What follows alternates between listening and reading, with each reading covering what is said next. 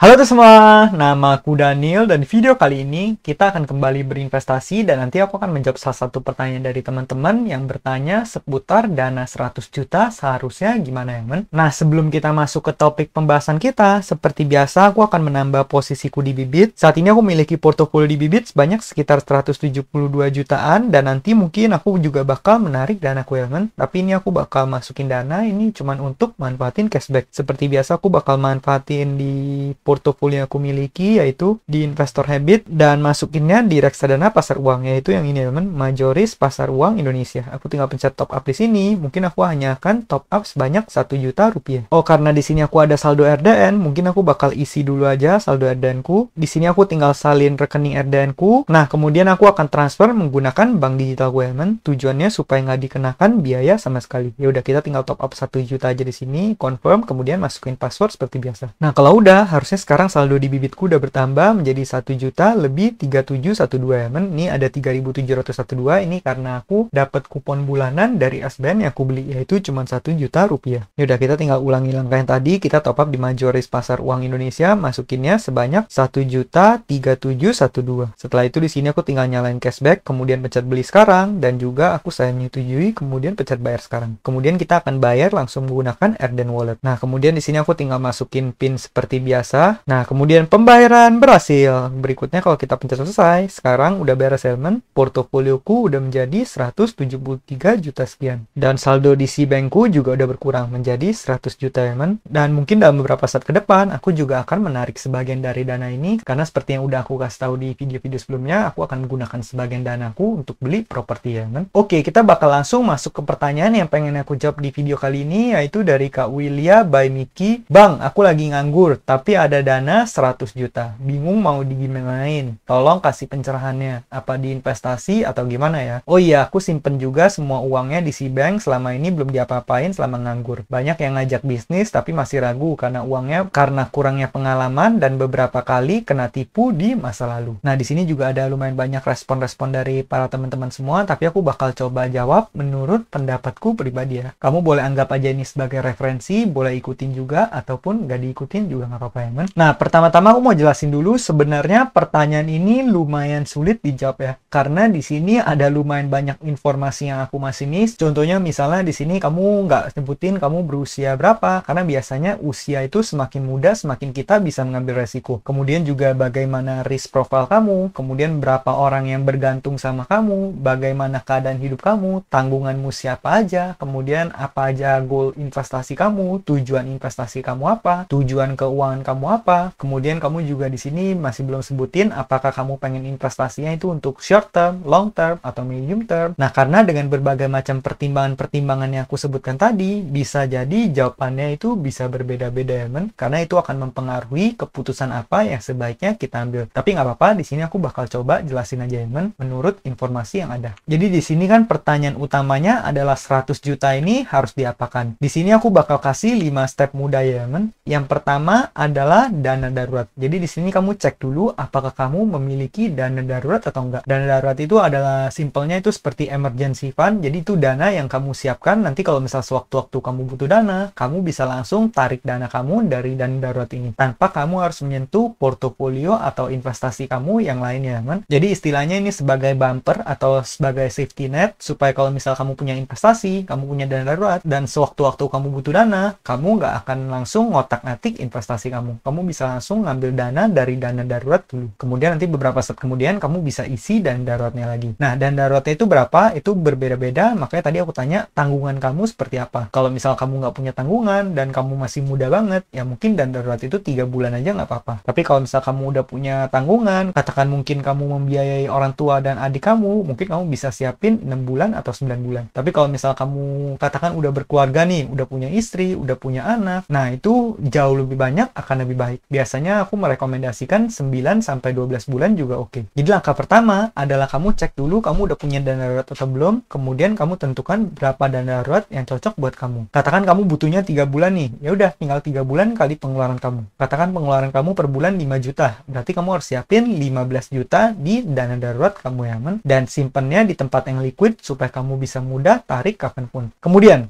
poin kedua di sini adalah beresin utang konsumtif. Jadi kamu harus analisa diri kamu sendiri, apakah kamu memiliki utang konsumtif atau enggak. Contohnya kalau misalnya kamu punya pinjaman kartu kredit, atau misalnya kamu ada cicilan ini itu, atau misalnya kamu ada minjem ke orang dan minjem ke orang tersebut kamu dikenakan bunga, atau mungkin yang paling parahnya lagi kalau misalnya ada pinjaman pinjol. Nah, kalau misal kamu punya pinjaman dengan bunga tinggi seperti pinjol, kamu harus terlebih dahulu bayarin semuanya sampai beres ya teman. Karena kita mau investasi gimana pun, mau kerja gimana pun, susah banget bagi kita untuk bisa mengalahkan bunga dari pinjol. Seperti yang kamu ketahui, batas maksimalnya itu 0,4% per hari, sehingga per bulan itu sekitar 12% ya teman. Yang artinya per tahun itu lebih dari 100%. Jadi susah banget untuk kita bisa mengalahkan bunga tersebut. Maka dari itu, kalau kamu punya utang konsumtif, langkah berikutnya setelah kamu bangun dana darurat, langkahnya adalah kamu beresin dulu semua utang konsumtif kamu. Kalau misal kamu nggak punya utang konsumtif sama sekali, ya udah kamu tinggal langsung skip step ini, kemudian kamu perlu ke step yang ketiga. Nah, step ketiga ini adalah step yang paling krusial, yaitu di sini yang menjadi consideration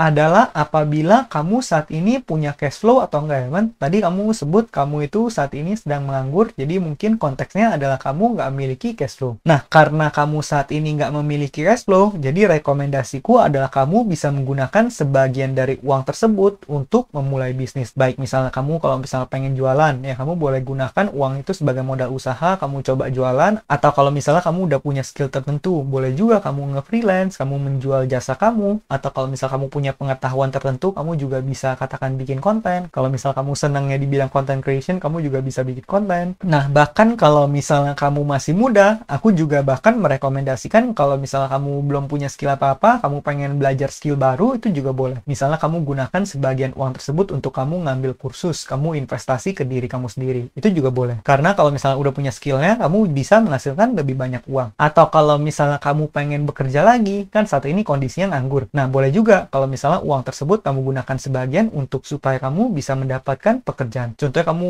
lamar di pekerjaan yang membutuhkan laptop, kamu pakai sebagian uang tersebut untuk membeli laptop. Itu juga boleh. Kalau itu tujuannya adalah konsumtif, tujuannya adalah untuk menghasilkan uang. Jadi kamu juga boleh menggunakan uangnya untuk hal-hal seperti itu ya, teman. Nah, kalau misalnya konteksnya kamu udah memiliki pekerjaan, ya mungkin ceritanya bisa beda. Kamu boleh langsung menginvestasikan semua uang yang tersisa tersebut setelah beres step 1 dan 2, teman. Tapi aku pribadi rekomendasiin kalau misalnya asetnya biasanya masih di bawah 1 miliar, aku lebih rekomendasi untuk kamu mainnya secara agresif ya, teman. Cari cara gimana pun caranya supaya bisa kamu meningkatkan income kamu. Seperti yang tadi aku bilang, kalau misal kamu bisa ngambil kurs beberapa juta, tapi itu bisa ngasilin penghasilan yang jauh lebih besar, ya nggak apa-apa, kamu invest di situ juga nggak apa-apa ya, teman. Nah, berikutnya setelah itu kamu tinggal membuat goal keuangan. Karena kalau misal kita pengen sukses secara keuangan, kita harus tahu goalnya dan kita harus tahu gimana cara untuk mencapainya, teman. Jadi kamu boleh tentuin dulu tujuan keuangan kamu apa dan kamu pengen capainya berapa tahun lagi. Karena itu yang akan menentukan instrumen apa yang bisa kamu gunakan. Berikutnya kalau misalnya nanti kamu udah tentuin, nah itu kamu langsung tinggal cari instrumen apa yang cocok buat kamu. Contoh, kalau misalnya dalam konteks tadi kamu udah mutusin 50 jutanya itu untuk diinvestasikan, kemudian 40 jutanya dipakai untuk bisnis. Kemudian setelah berapa saat kamu ngelihat, wah ternyata bisnis kamu jauh lebih membuahkan hasil. Dan kamu yakin dengan kalau misal kamu suntik tambahan modal, kamu masukin sisa uangmu lagi ke bisnis kamu, ini bisa membuat bisnis kamu bertumbuh semakin cepat dan kemudian makin grow dan makin menghasilkan uang. Nah, kalau misalnya konteksnya seperti itu, ya nggak apa-apa kalau misalnya kamu menarik uang tersebut dari investasi, kemudian kamu masukin ke bisnis. Kalau misalnya bisnis kamu seperti itu, ya mungkin ada baiknya kamu naruh uang kamu di tempat yang sifatnya liquid. Seperti dalam konteks ini kan kamu udah naruh uang di Cbank. Nah, berarti kamu nggak apa-apa kalau misalnya kamu diemin uang kamu di Cbank aja. Dan sebagian kamu gunakan untuk berbisnis ya, teman. Karena Cbank itu sifatnya benar-benar liquid, dimana kalau kamu tarik dana kamu, yang menit itu juga, saat itu juga uangnya bakal cair ya, teman. Jadi ini penting banget, apalagi bagi seorang yang pembisnis yang sifatnya seringkali lebih versatile ya, teman. Karena bisa aja tiba-tiba ada peluang mendadak. Nah, beda ceritanya kalau misalnya tadi kamu memutuskan untuk bekerja aja. Misalnya kamu pengen investasiin semua uangmu, terus kamu pergi cari kerjaan aja. Itu juga boleh, teman. Itu artinya uang kamu boleh treat sebagai uang dingin, yang artinya kamu boleh taruh di investasi yang sifatnya nggak liquid. Contohnya kamu taruh di P2P yang sifatnya dananya dikunci, atau deposito BPR yang sifatnya dananya dikunci. Jadi itu benar-benar disesuaikan dengan kamunya sendiri ya men. Kalau misal kamu pengen pecah dana kamu, itu juga boleh. Nah kalau misalnya dari aku pribadi, buat sebagian besar orang, aku rekomendasi bisnis dulu, karena kalau misalnya bisnis, itu perputaran uangnya lebih cepat. Sedangkan investasi, itu sifatnya adalah memultiply uang kita, tapi investasi itu sangat bergantung sama jumlah modal. Contoh kalau misalnya aset kamu itu 10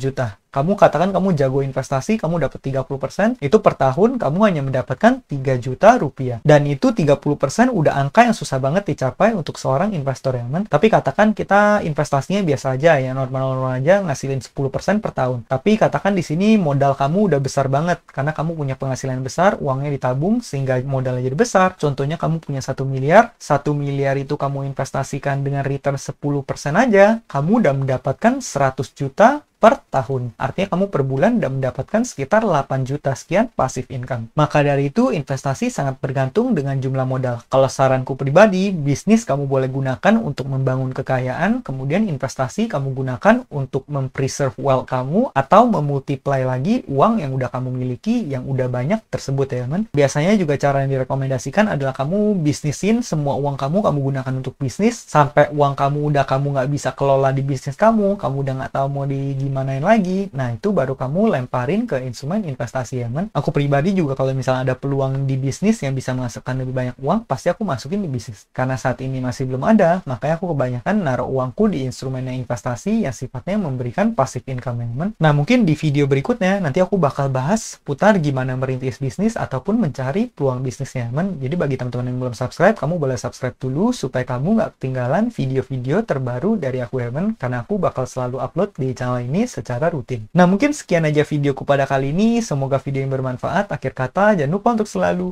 invest in yourself. Sampai jumpa di video berikutnya. Bye!